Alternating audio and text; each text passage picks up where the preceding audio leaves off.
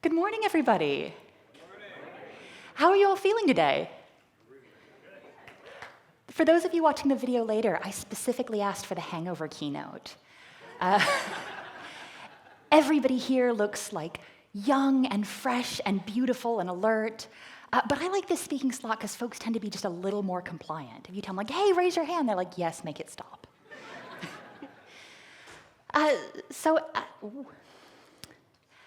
My name is Jessica Rose, and I've had a really, really great intro, and I'm absolutely delighted to be here with you all today. I'm based in the United Kingdom right now, where everything is just fine. Thank you for asking.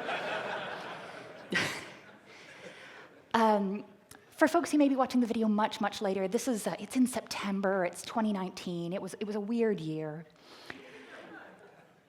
And I head up the Mozilla Tech Speaker Program, and this is a program that empowers and supports technical speakers who apply for it. And that sounds really fluffy. Empowers and supports sounds very much like a sham charity. But what we actually do is that folks who apply to this program and who are accepted get 5 weeks of remote speaker training, and then when they speak about something that overlaps with Mozilla's mission, we help cover travel and hotel for them. The applications for this aren't open yet, but I'm reasonably sure they'll open in November. And you might say, hey, Jess, because it's first thing in the morning, you've laughed at one of my jokes, we're on a first-name basis. You say, Jess, why are we even talking about burnout at a technology conference? We've just heard about contributing to the Django project, which is fantastic. We're going to be talking about some really exciting, technically hard-hitting things. Why specifically burnout, and why now? And I'd say my argument is going to be that you're not going to be able to do cool things while you're burned out. And this may sound like, hey, you're not going to be able to do more productive work to support capitalism. And that's true. But of course, I would like for you to all to continue to get paid, to afford food and medical care, because that costs money here. Oh, sorry. We've got the NHS for like 6 more months. I shouldn't be smug. Yes, you won't be able to do good work, but you won't be able to enjoy your lives. I'd love for all of you, if you take it well, I'll give you something else at the end, but you're more than just your work, I hope. I'm not seeing any stony-faced managers, so I think we're good. And your quality of life genuinely matters. Before I got into technology, I worked as a teacher, and I am so dazzlingly excited by the human brain.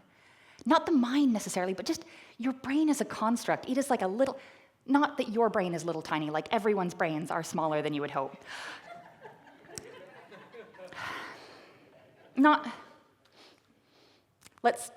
Your brain, as everyone else's, is just a little tiny wet bag of meat, drenched in chemicals. And this gives you everything you've ever been afraid of, everything you've ever loved, everything that you're worried about right now.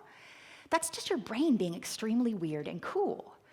And your brain is so, not that your brain is so small, but one's brain is relatively small and much more delicate than you think it is. Before we get started, I'm going to talk to you very, very briefly about cognitive psychology. Has anybody ever heard of this before? Oh, this is like my audience for nerds. Fantastic. For those of you watching on the video, everybody did a triumphant fist pump into the sky. They're not mic'd, but several people yelled cognitive psychology keywords. So I'm going to talk about 2 main concepts from cognitive psychology, which was very popular back in the sort of 60s. And it was sort of a new field of looking at the human brain and the human mind as though it was a computer. So these sort of computationally aligned processes are going to sound pretty familiar. So working memory is just how much capacity your mind, your brain has for running processes right now. And that right now is really important because that changes. Whereas cognitive load is the total amount of mental effort being used now. How much of that working memory you have available right now. And that changes. You're not born day one and you have a perfect vessel of all the working memory you're going to have. Your working memory changes depending on how young you are. Kids are not that smart. Your kid is really smart. I'm sure they're doing really good at spelling. Like your personal child, brilliant, but other people's kids.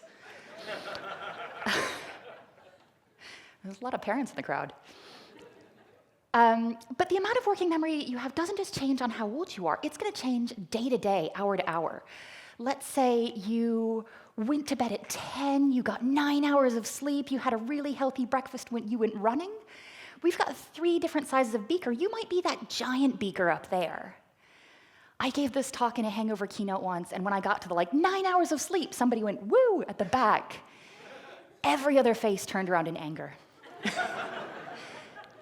But maybe let's say you didn't get 9 hours of sleep and eat a salad for breakfast. Maybe you were out by the pool drinking whatever local cocktail people drink, and you're feeling a bit delicate today. You might be the little tiny beaker in them. You would never be the tiny beaker. You would clearly be the slightly smaller beaker. And that's really, really interesting because we have a different amount of memory as it goes. And I've got sort of a weird demo for working memory.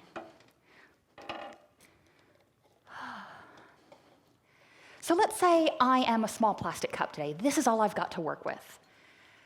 And I say, well, I'm giving a keynote right now, which is fine. That's a reasonable amount of my working memory taken up by this cognitive load. And I have just now wondered whether or not I've filed my British taxes. And that's super fine. I have 9 emails that are all marked critical. And I'm running a 50-person event in Amsterdam. Oh, good, tomorrow, that's fine. Oh, no. So as you go, all of these processes, all of your multi-threaded thinking is taking up more and more of the working memory that you have available for this day. The first time I gave this talk, I went ahead and did a full demo and overflowed this onto the stage, and I have been told to never do that again. So for the sake of everyone following me, we'll just imagine I made an absolute god-awful mess. I also did this with champagne once, which was fantastic.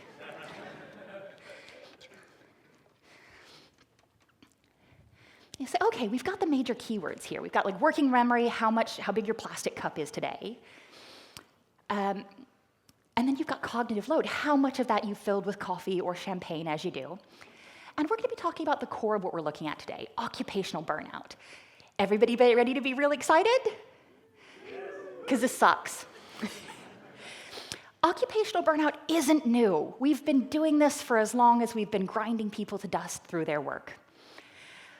Occupational burnout, it's a weird, small laugh. You're like, oh, ha, ha, ha. Human misery. Occupational burnout, and you know when technically people say just and they don't mean just? Occupational burnout is just exhaustion. Just. It is physical, mental, and emotional exhaustion that feels inescapable and that's been going on for a protracted period of time. It is the result of long-term, and your mileage may vary from long-term. Some people can go ahead and soldier through that for years, which is great, I guess. And some people, it could be weeks or months.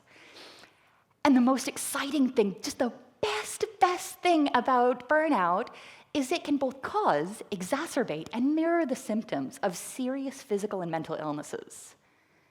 Yay! You say, okay, that's great, Jess. That's exactly what I wanted, 10 in the morning. Good for you. How about we go ahead and look at what detecting burnout might be like? And this is kind of a personal thing. This is like, hey, let's do, it's not a psychological concept, but it's psychologically aligned. So I'm not going to say, hey, raise your hand if you're, no, wait, oh. How about, could you just go ahead and give me a stony, really done with everything look, if any of these are relevant, and go ahead and keep count to yourself. Hey, are you a little bit over people? You're just kind of done with people, either at work or in your personal life, maybe both. I always think this one's a plant, because this is everyone, except for that one guy who got 9 hours of sleep and ate a salad for breakfast. Are you just getting up in the morning, dragging yourself through work, and then having the toughest time engaging with the stuff once you're there? Are you real done with people? Maybe irritable with your coworkers, maybe irritable with customers, really done with your clients. I really don't like this question because we're back on sort of the late capitalism thing, but like, do you lack the energy to consistently produce for the people who own your labor? Are you not having a super fun time? Are you not being able to see yourself in your own successes? You get something done and it's just a bit like, oh, to the next then. I'm really excited because earlier today I learned that somebody quit their job immediately after the last time I gave this talk.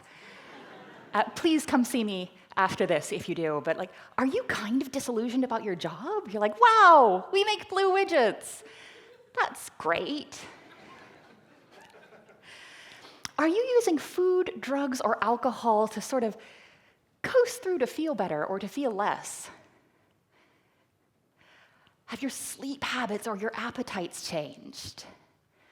And I think this one's just part of getting old, but like, does stuff hurt where it didn't used to hurt?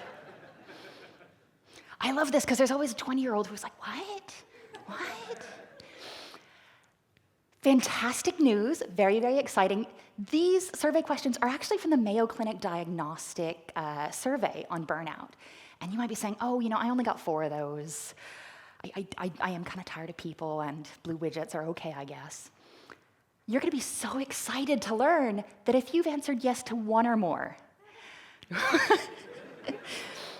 for those walking on the video, I'm not laughing at my own jokes, but somebody just let a very nervous small laugh.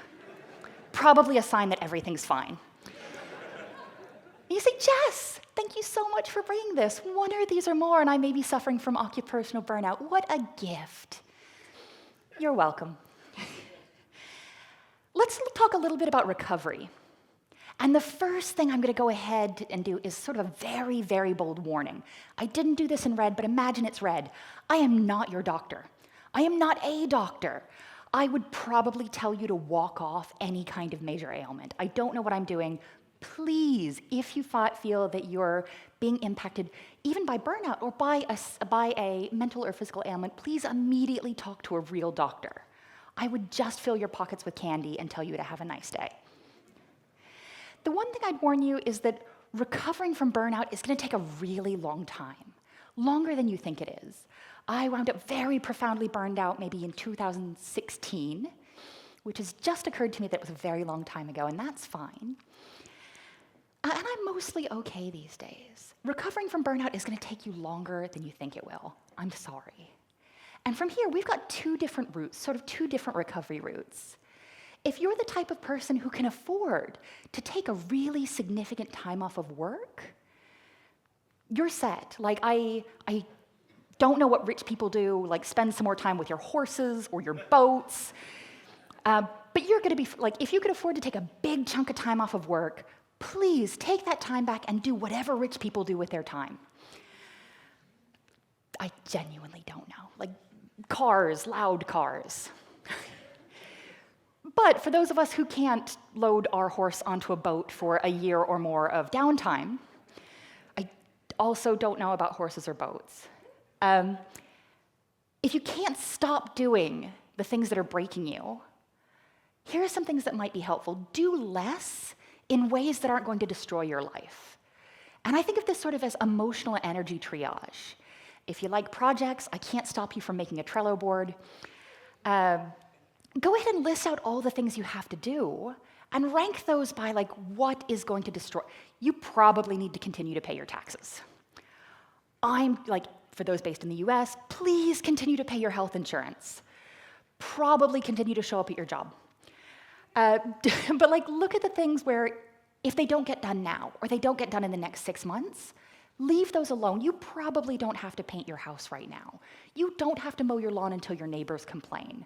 A lot of these things, a lot of homeowners, a lot of these things are just going to be fine if you leave them. Make sure that you're really selectively investing in these. Absolutely outsource where you can. If you've got a little bit of extra cash, but not like horses on a boat money, see what you can go ahead and outsource, either professionally or through bonds of human emotion. When I wound up really, really burned out, my beloved husband, who isn't here, so I guess I don't have to say nice things about him, did all of the holiday shopping one year. Get people who are there to support you, not in an exploitative, not in a terrible way, to help you a little bit more, either through fairly compensating them for their labor, or hopefully through the human relationships you've carefully built up and will not torch while you're burned out. This one's my favorite one. Can I get everybody just to yell no? 1, 2, 3. No! Hey. Start saying no. And I always chat to somebody after this to be like, oh, I'm really burned out, or it's like, yup. But I've got all these different things, and I can't say no to any of them, or it's like, no. And I find folks who organize things and care for other people and do community work tend to have the hardest problem with this, where it's like, hey, say no. They're like, no, everything will fall apart. And I go ahead and warn you? I gently encourage you. If you continue to stay burned out, if you continue to do too much, eventually, most people are going to hit a wall where something not great happens. This could be a health crisis, this could be a mental health crisis, this could just be doing a table flip in the middle of the office. If you keep pushing for too long, something not great is going to happen, and then you're not going to be able to help anyone. By taking care of yourself and by taking this time back, if you're very civic-minded and you want to help other people, I'd strongly encourage you to sort of put on your own air mask before helping other people. If the only way I can guilt you into taking a break is by saying, wow, you won't be able to help anybody if you break yourself, that's weird. See me after class. But that's true. And this one's absolutely I can have two favorites. I love the saying no, it's fantastic. Say, hey, you want to help me move this weekend? Oh gosh, we're going out of town, can you dog sit? No. And the cool thing is, you don't even need a special excuse.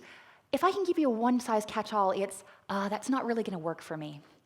That sounds soft and gentle, and that's a hard no. It's all right. I also quite like selective emotional investment. And based on the ums and ahs where I said like kids aren't that smart, I'm guessing there's a lot of parents here. Does anybody know about like mom swears? Cool. Mom swears are where someone's very intentionally saying something, but you get a heck instead. And one thing I'd really love to you to walk away with is, you've only got so many hecks in your life. Like, pick them up, count them, say, well, I got 6 of these hecks, and somebody's wrong on the internet. But I got 6, and people are definitely going to be wrong in real life. I'm going to hold on to these. So really count the amount of emotional energy, the amount of engagement, sounds very BuzzFeedy, the amount of energy you have for these interactions, and only pass them out where they're really important. You say, oh, I'm actually really burned out. I have exactly 3 hecks, and I am not delivering them for this foolishness. You have a nice day, I'm out. They can be wrong by themselves. And one thing I'd really love to encourage you to do that I really see people having a problem with is ask for help. Say, hey, I'm tired. I can't do this. I need a break. I need a couple days off after this conference. Everybody get a couple days off after this conference. Ask for help and ask for support where it's appropriate. And I'd really love to bully people to recharge. If you do have time to take that big chunk of time off, fantastic. If you don't, I'd love to gently, lovingly bully you. On the weekends, sign out of everything you can sign out of. Take some time and do the stuff that makes you feel connected to things again. It could be a needlessly complicated board game. All right. Oh, there's board games tonight, isn't there? Oh, for those watching the video, there are no board games and there are no social events. You've missed nothing and it's rained all week. Read. I am firmly told that there are people who like exercise to recharge. And if this is you, again, come see me after class because I would really like some tips on, I guess, lying to myself to suggest I could ever be that kind of person. One thing I'd really, really love to encourage you to do is practice forgiveness. When you're burned out, you're not necessarily screwing more things up, but you're more hyper-aware of it. People mess stuff up all the time. And again, not you personally, the other people in your life, clearly. If you are burned out, or even day-to-day, practice a lot of forgiveness. Not, oh God, I got up on stage and nobody laughed at that horse joke. Yeah. It's probably statistically going to be okay. If you look at what's going on in your life, as long as you zoom in or out just the right amount, everything's going to be mostly fine. That's the most reassuring sounding thing I have that means nothing. Just go easy on yourself, especially while you're getting better. And this is the really big one. When I see people like super burned out, and the way I see them really trash their lives is you lash out. You're like, I'm tired, I'm mean, somebody's gonna pay. Don't do that. It's just a crappy thing to do, but it's also going to make your life much worse. Even if you don't like other people, or don't like other people right now, being a jerk doesn't help you either. But naturally, this is DjangoCon, and everybody's a lovely person, right? Ooh, all right, that was a very delayed, hard maybe. You're like, yeah. So just as a quick recap, to sort of recover from burnout, everything's fine.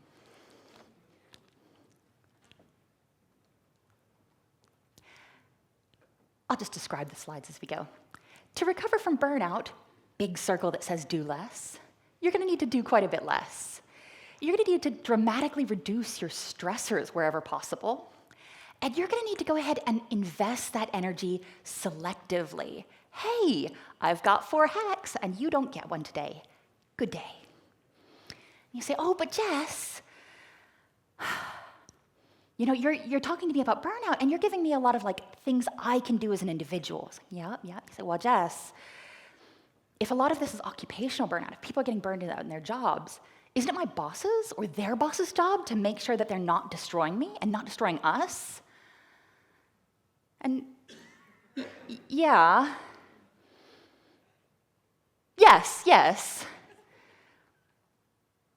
But I think waiting for someone else to take that responsibility to manage people in an ethical fashion or to balance your work-life balance for you may not be something we can look forward to wholesale in 2019. It's absolutely their jobs, but that should is highlighted for a reason. Employees, managers, investors, and other decision makers, they absolutely should be making an effort to treat you in a way that's sustainable, and that's not going to burn you out, and they won't replace you with somebody else in 18 months. But should is a real tricky word. So far, this has been a really light, fluffy keynote, right? I want to take you on a little tiny detour. Like maybe there's a couple parts of burnout or the recovery process that might actually not be entirely rubbish. And I was at an event recently, and I had an interaction that was great. It was so much fun. It was the best interaction. I had made a polite excuse where I was like, oh, hey, this is all really fun, but I'm a little bit burned out. I'm gonna go away now. But at this recent event, somebody I hadn't seen in ages came up to me and said, Jess, because we were also on that first name basis, they said, Jess, oh my God, how are you? I didn't know you were pregnant.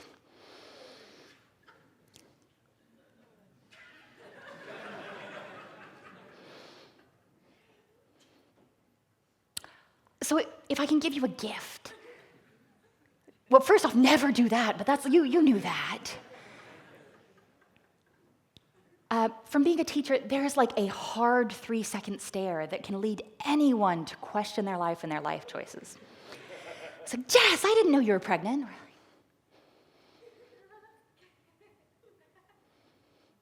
Oh, I'm not. And bless this gentleman's little cotton socks, his tiny cotton socks. He's like, oh, but, you know.